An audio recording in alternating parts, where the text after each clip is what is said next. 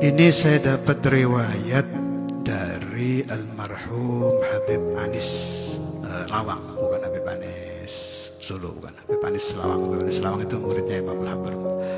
Dari Habib Anis Lawang, langsung dari beliau, waktu beliau hadir 7 hari meninggalnya almarhum ayah saya, Sayyidul Walid Habib Abdullah Al-Faqih.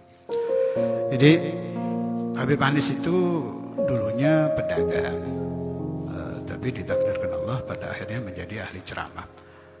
Karena beliau tidak terbiasa dengan kitab-kitab, cerita ke saya ini bukan ahli ceramah seperti Abah ente, katanya. Cuma waktu saya kecil, usia berapa ya, belum balik gitu, 9-10, namanya kecil, belum balik, dibawa sama bapaknya ke Imam Al-Habar Habib Abdul Qadir. Abahnya minta ijazah sholawat, diijazahi sholawat. Allahumma salli ala sayyidina Muhammad tibbil qulub wa dawaiha wa afiyatul abdan shifaiha wa nurul absar wa dhiyaiha. Gak pakai waqutil arwah. Kalau ijazah Habib Abu Bakar Gresik itu yang isnadnya ke Imam Al-Habar, gak pakai waqutil arwah. Segitu aja. Jadi tibbil qulub sighahnya macam-macam. Sighah yang dari jalur saya, Allahumma shalli ala sayyidina Muhammad tibbil qulub wa dawaiha wa afiyatul abdan shifaiha wa nurul absar wa dhiyaiha wa ala alihi wasallam. Ini yang dari jalur kita. Ada lagi dari jalur Syekh Yusuf bin Ismail dan Nabhani, pakai tambahan waqutil arwah dari Saudara Imam juga sih ijazahnya. Cuma yang dipakai Saudara Imam yang tadi, yang isnadnya ke Habib Abu Bakar Gresik. Itu dijazahkan, disuruh baca 313. Abahnya bilang, qabiltul ijazah. Ini Habib Anis masih kecil, diam, diginikan sama abahnya. Qabiltul ijazah. Dia bilang qabiltul ijazah. Udah. Rupanya ini peristiwa membekas di hati almarhum Habib Anis itu, terus diamalkan.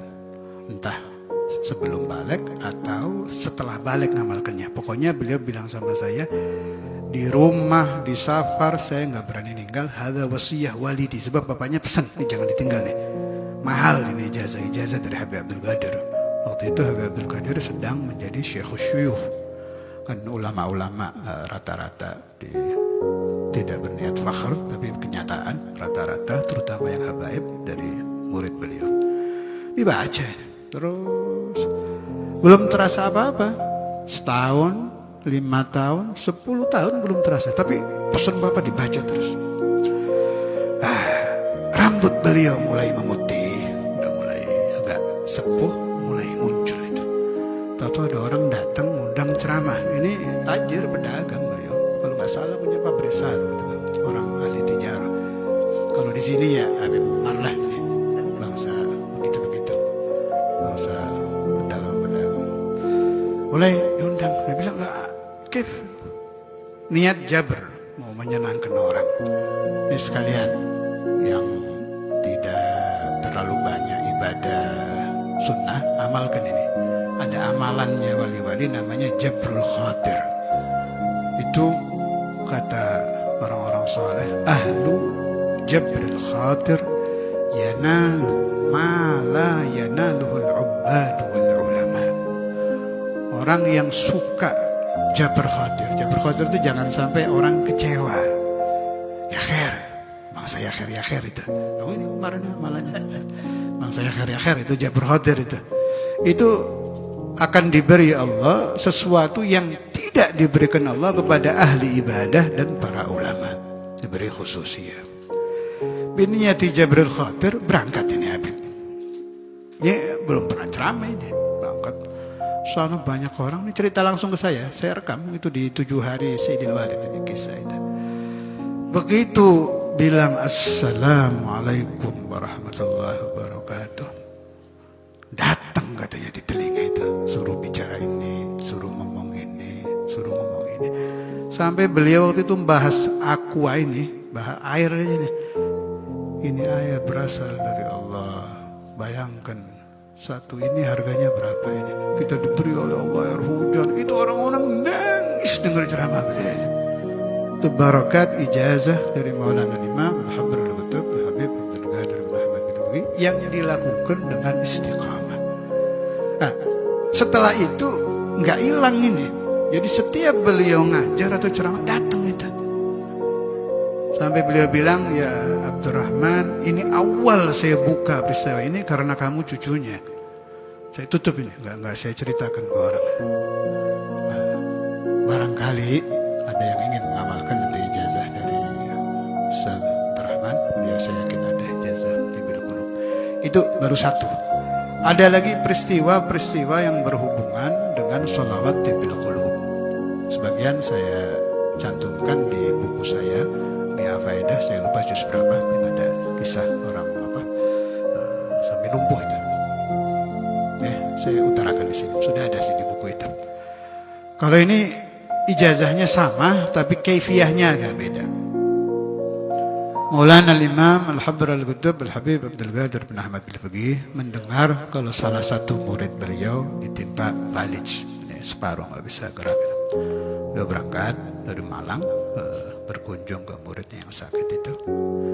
Kita masuk. Nah itu konon katanya, wa min karamatil Imam Al-Habr, kalau berkunjung ke orang sakit. Kalau ini saya dengar dari Habib Abdurrahman bin Abdullah Mulakhilah, beliau putra Sayyidina Imam Al-Arif Billah Abdullah bin Hasan Mulakhilah yang makamnya di sebelah Kubah. Beliau dengar dari ayahnya, waktu itu juga di rumah sakit sama.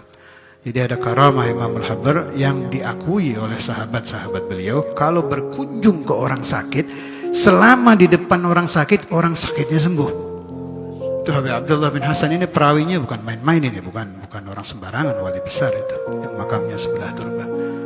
Dia bilang sama Habib Abdurrahman Mulakhilah, wallahi ya Abdurrahman, madam Ustaz Abdul Qadir hina badani sahih qawi. Begitu Ustaz Abdul Qadir pergi, sakit lagi. Subhanallah. Itu aulia begitu, itu kadang beliaunya nggak tahu loh. Wali-wali itu bukan dukun. Kalau dukun itu ini kayak begini deh.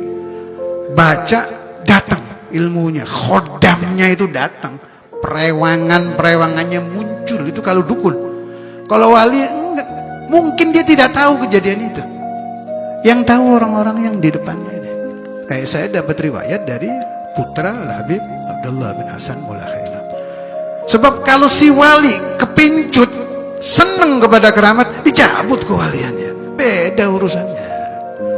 Tolong jangan menyamakan wali-wali Allah dengan dukun-dukun sakti. Ini Cirebon Indramayu, saya paham tempatnya ini. Beda. Keanehannya boleh sama, tapi dalamnya tidak sama.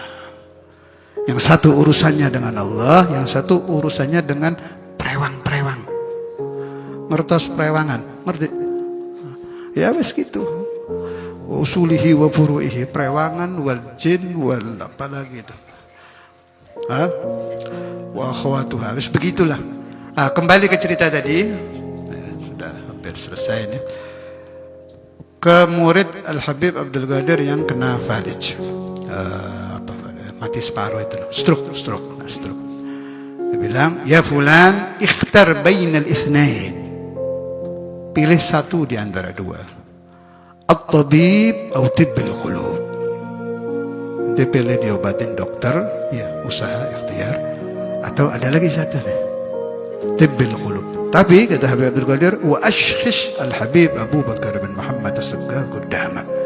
Di waktu baca, hadirkan wali kutub zaman itu, Maulana Al-Habib Imam Al-Qutb Abu Bakar bin Muhammad as-Saggar.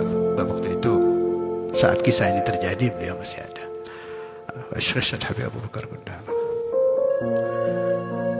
Paham gak ini bahasa Arabnya? Belum. Jadi waktu membaca seolah-olah mursyid kita di depan kita gitu. Itu ada di cara di Thariqah Alawiyah. Kalau orang Thariqah paham itu. Jadi iskhasus syekh amamaka, menghadirkan seolah-olah kita membaca di hadapan guru kita. Ini bukan syirik loh.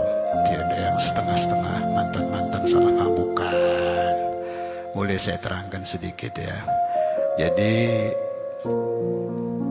beginilah, orang yang cinta kepada pacarnya, ya, cinta kepada pacarnya yang cantik baik sekali. Kadang dia tidak cukup mengenang itu, dipasang fotonya di kamar besar.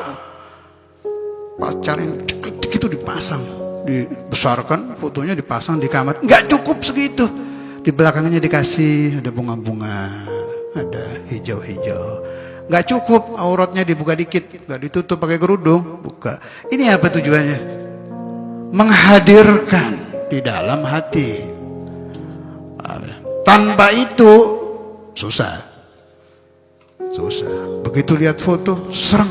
Kadang yang hadir bukan hati, bawahnya yang bangun. Gara-gara foto perempuan sih. Tapi yang begini nggak dicaci, oke-oke aja. Kita masuk rumah orang ada gambar perempuan telanjang, ya akhir, wis nggak ada yang mencaci. Begitu masang foto wali ribut. Wah ini otak di mana? Cobalah, nggak usah pakai kola-kola banyak, ini pakai akal aja. Yang ini oke-oke aja. Begitu yang dipasang wali rame, syirik, murtad. Cobalah di nafsunya diturunkan sedikit, akalnya dihadirkan. Terus mempelajari thariqah itu harus ke yang ngerti. Sebab thariqah itu bukan dalil, tapi rasa, ilmu rasa. Harus ke pelaku, nggak bisa kalau pakai baca-baca sih. Harus cari yang ya memang mursyid-mursyid yang sudah merasakan ya. Kalau teori-teori sih susah. Kembali ke tadi, wa ashkhis al-habib Abu Bakar Qaddam. Ajaran ini baik. Kenapa? Jadi si murid ini diajarkan sama gurunya, kamu itu nggak pantas baca sholawat. Ini sirinya di situ. Menghadirkan guru itu. Nah ini saya tambah sedikit ya.